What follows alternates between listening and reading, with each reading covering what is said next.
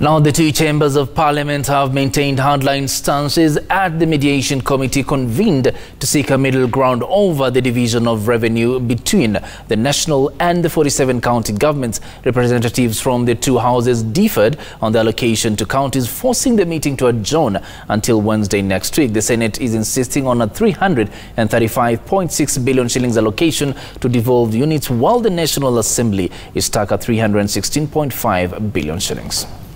Let's analyze the entire sharing of revenue between these two levels of government. If we are going to add money to the counties, then we must agree, are we asking national government to reduce in their block figure a certain amount to meet the shortfall, or are we going to borrow more in terms of budget deficit? And my argument would be very simple. Whatever is devolved, let it be devolved. In fact, we can resolve this matter today. If we say, let's look at the money which has been allocated to universal healthcare. Let us send it out as shareable revenue.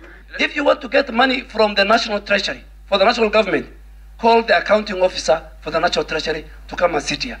If you want us to get money, let me finish. If you want us to get money from the judiciary, let the chief registrar of judiciary sit here. Yeah. That is her money. Okay. If you want to get from the from the parliament, the two clerks as the accounting officers must sit here. Excuse me, I think we have made a terrible mistake, because there is this big assumption that counties are begging for money from somewhere. And the proposal of the Senate of 335.5 will create a financing gap of 25 billion shillings. Now, the question that we need to determine here as a committee, how will that financing gap be raised, be achieved?